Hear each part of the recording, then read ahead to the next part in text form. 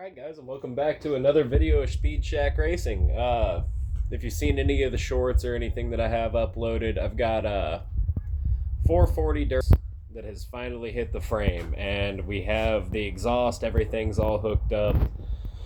Problem is, I've had this pain in the neck before with these carburetors, right? Because almost anybody who builds small motors or a whole lot of anything in general, carburetors can kind of tend to be the big pain in the ass of the finishing end of the project. You've got the motors all put together. You just spent all this time getting gaskets aligned and getting the case cover put back on just for the thing to not run right whenever you put the carb on.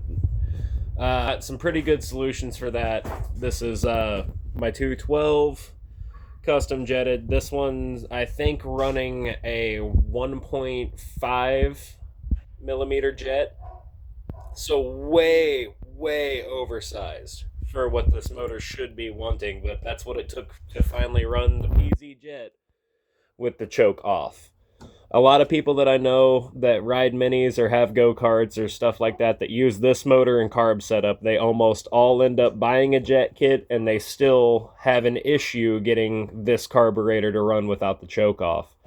No matter what you do or what jet size you seem to put in it, it just always wants to run lean. Even if you way over jet the bottom and pilot jet, it just doesn't seem to want to. So I've kind of got a good solution.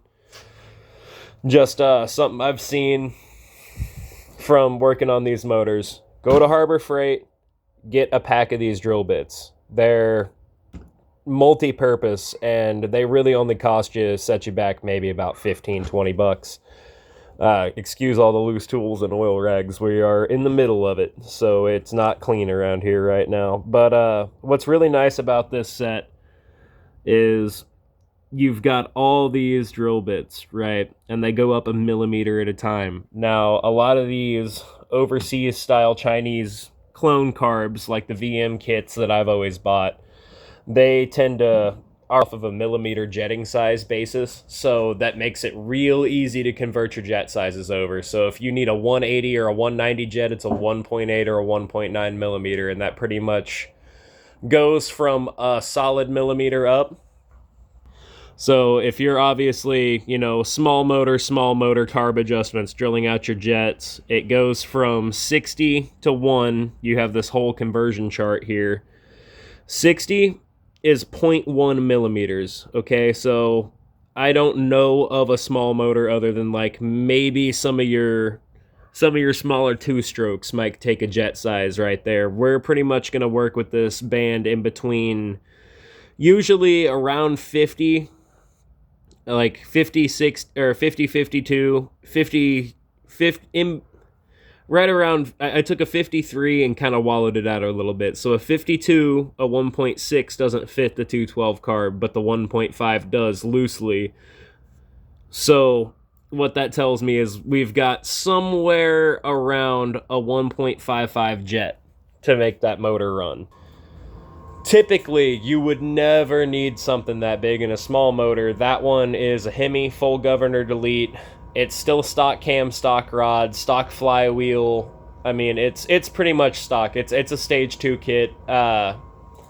Plus, I didn't actually build that motor. I bought it off a Facebook Marketplace. I've put probably 70 plus hours on it at least, and since I've owned it for the last year or so, and it's been a great motor. It really has. Once I got that carburetor issue figured out, man, it all the way up to 55-60 miles an hour depending on the weather. These small motors really do depend on atmospheric conditions to get peak performance, at least at this level. I'm sure if you went to exotic fueling and a whole bunch of other stuff, you'd probably be able to figure out a little bit more weather condition wise what you'd be able to do. But if you're just running like your typical, stage 1 kit, as I would like to say, is just getting rid of that bunk carb and exhaust setup and actually putting a header pipe and a good exhaust on it. If you delete the governor, just unhooking it only gets you so far. I mean, it'll let you get past 4,000 or so, but you're still going to be hard-pressed to really get much past that. This motor in particular 212 Hemi, no pulse pump, no anything really fancy at all. It's the only thing it's really sporting that's kind of pretty is this set of roller rockers. If you intend on riding on the street and holding high RPMs while riding, I would highly suggest that you go with even a cheap set of roller rockers. Just make sure that if you change these parts, your maintenance should be checking your valve lash on your roller rockers. I don't know how many people I've known that have been into small motors over the years that have wasted hundreds of dollars on motors because they'll run it for an entire season and then go to ride it one day and it, bends a rocker, or that valve lash was enough out of adjustment that the push rod falls out and it completely trashes the head. It's pretty important that every, I would say, 10 hours worth of riding or so, from what I've seen, you really want to be checking all of your bolts, check all your case bolts, make sure that everything's still torqued to spec. I mean, they're really reliable engines if you take care of them. That all being said, I'll probably make a secondary video on that. I think it's a VM 28mm carburetor. So we'll get one out on that eventually, and kind of what it took to make that 212 run. But today's topic of choice is going to be this guy right here, the big brother to the problem we've already solved once, and this is the VM 34 round slide. This thing is an absolute freaking behemoth, man. If you look side-by-side comparison, the inlet difference, the outlet difference, the fuel bowl, everything about it is exactly as ginormous as it looks. It's a freaking beast of a carburetor. These are actually very popular in the resto motorcycle scene for the guys that run the old 650 Kawasaki's and, 700 Suzuki, stuff like that. Things that are usually running twin cylinder and like a 270 firing order. I've even seen people run them on the old GSX 650 Yamahas, which are actually a 360. Firing order doesn't really matter all that much with carburetor selection. There is some pros and cons there if you do your looking into it, but you pay $80 for this kit, right? And the finishing on the outside of the carburetor, it's definitely some of the most aluminum of all time. But you look on the inside, these ports, your venturi, everything's real nice and machined. So I'm gonna guess this is more than likely a cast part that's machine finished, which is really nice. I mean, whenever you get into your slide tunnel and all that stuff, that's all. I mean, you can see a little bit of pitting down in there, but it's relatively smooth. I did notice that upon trying to get the motor to fire for the first time and everything, that the slide was super sticky, and these things are known for having a sticky slide. So I came up with a real cheap, super easy solution because I already had all the stuff out, and one of these. I'm just going to go ahead and make it maintenance generalistically on this carburetor. Every once in a while, especially before you go ride it, should really pull your air cleaner off and either jiggle the slide and try to look at it, or if you've got a buddy around, try and have them help you out and kind of work that slide a little bit, give it some crisp wax and see if it sticks anywhere. That's when I would recommend taking one of these little baby medicine squirter things that come with every bottle of Benadryl ever known to man, that most people have like 30 of them floating around, especially if you've got little ones. Suck a little bit of oil up in that and put a couple drops around the edge of that slide and just kind of work it around. Make sure just kind of use it like an assembly lubricant. The spring pressure will assure that if it's nice and lubed on those sidewalls, it'll give you a really, really crisp, nice throttle feel.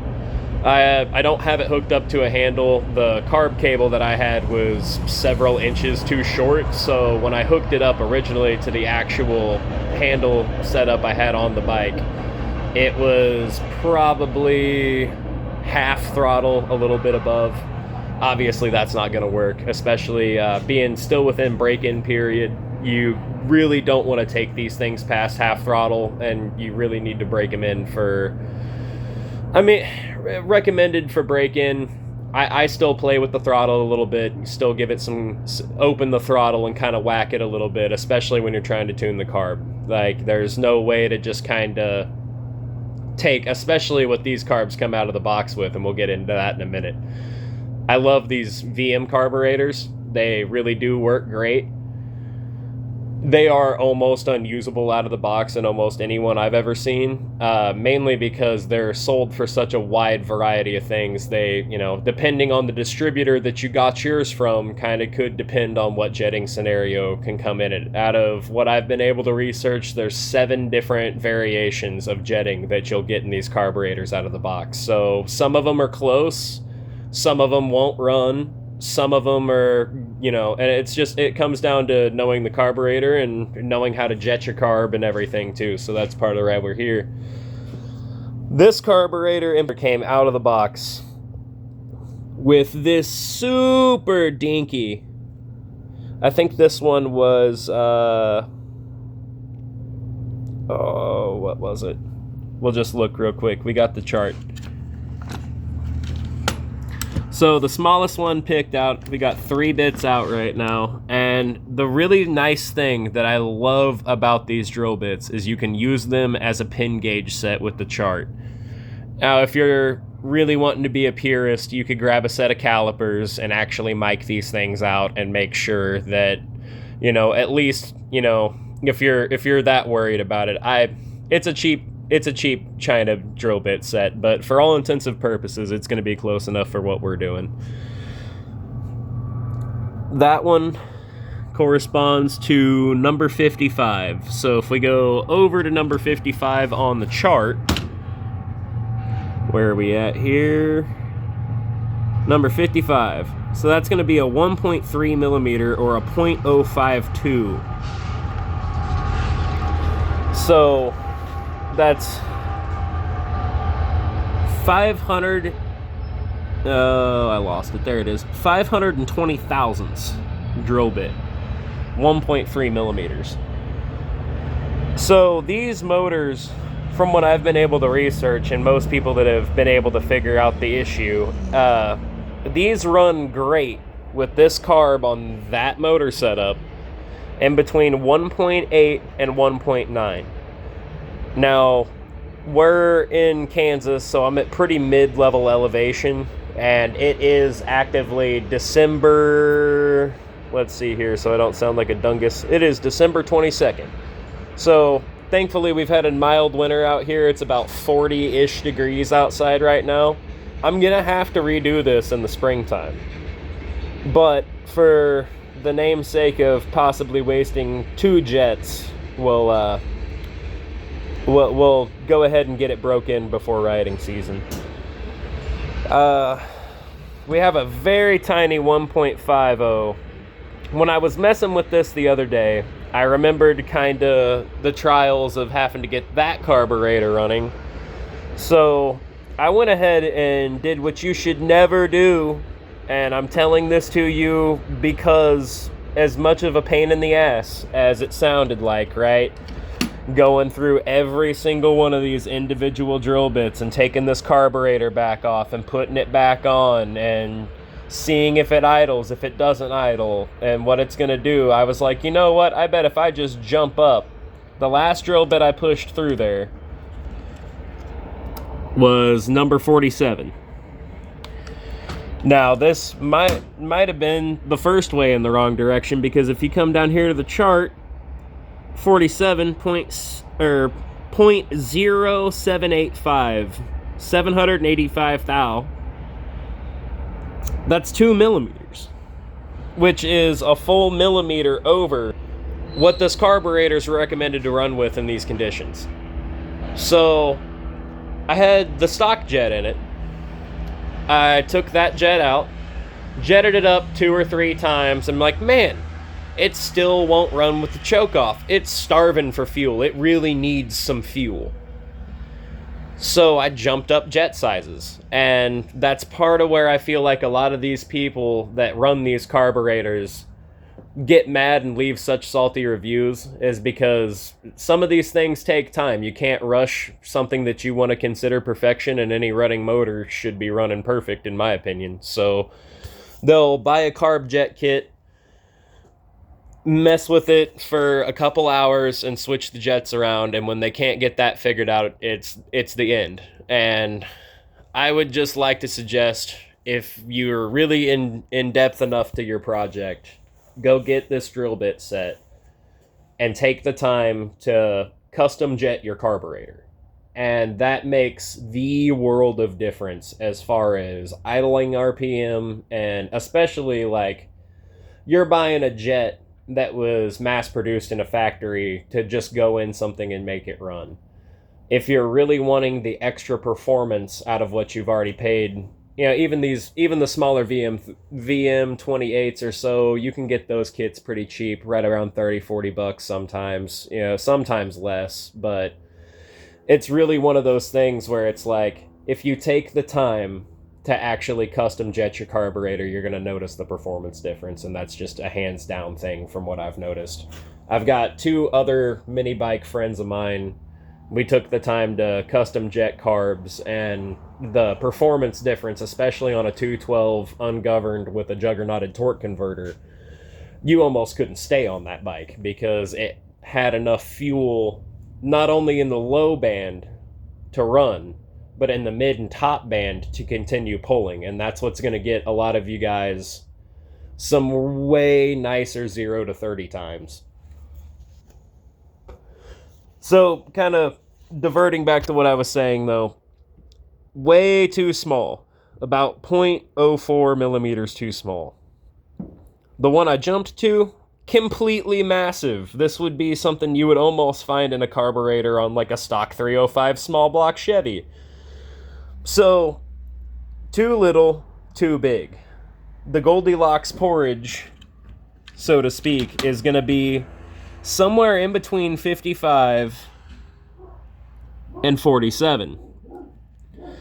In this, especially for people that are watching like locally and doing stuff here within like the Kansas City, Missouri area, we're gonna be at a similar elevation and such.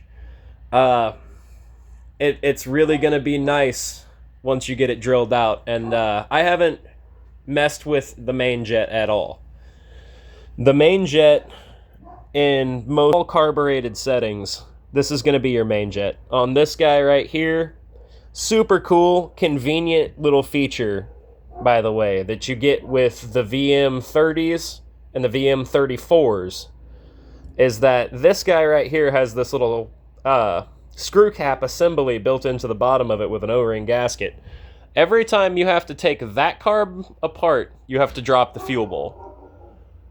If it's already mounted on a bike and whatnot, or you don't have a tube-style band-over manifold, these 28s usually come with these really janky setup manifolds, and you lose manifold gaskets with these, all kinds of issues. Not my favorite setup for these carbs, but it will work with the cheaper ones. This guy's nicer in the fact that every time you go to take off a jet, you can just unscrew the bottom of your fuel bowl and you have direct access to your jetting. You can pull it straight off of the bike, off of the tube, pull the throttle assembly out of it and set it off to the side. It really is a great design for a cheap carburetor. Your main jet is kind of tricky to get down in there. I'll try to get a video with both hands of me putting it back in when we go to assemble it. But essentially, when it comes to tuning your carb, this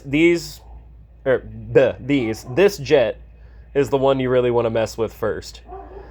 Your main jet is pretty much for your mid and top range fueling. This is going to be your mid-range to full throttle.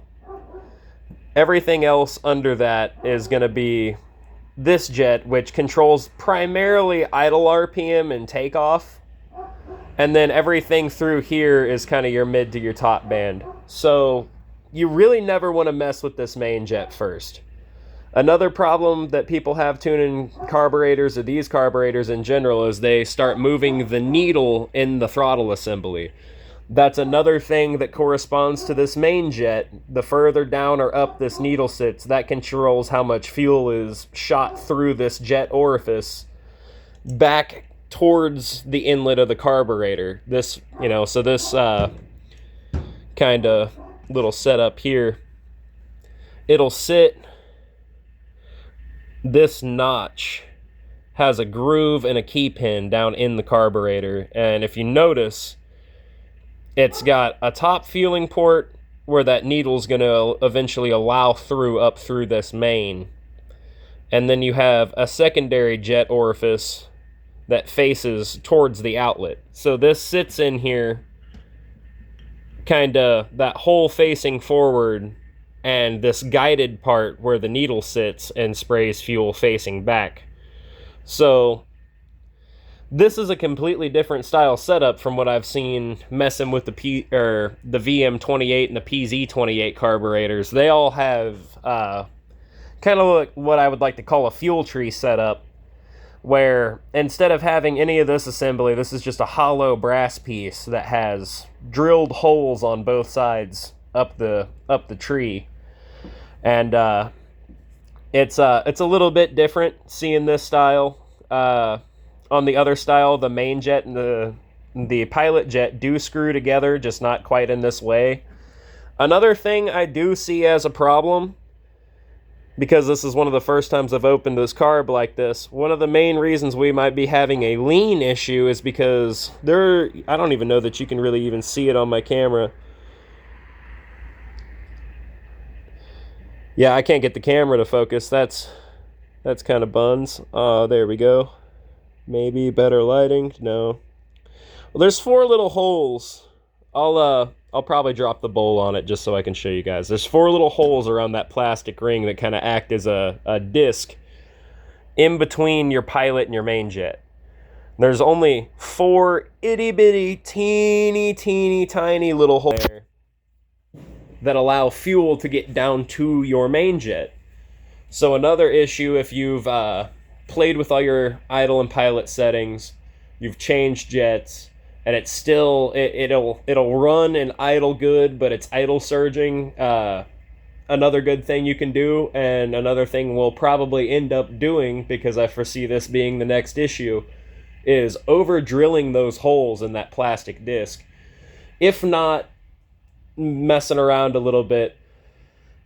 I'm not sure what difference that could make, because the VM28s aren't set up that way, but I'm not too sure that if you oversize that hole, it won't allow excess fuel to the pilot jet, giving you a rich idle. So this is just going to be something we'll have to walk through.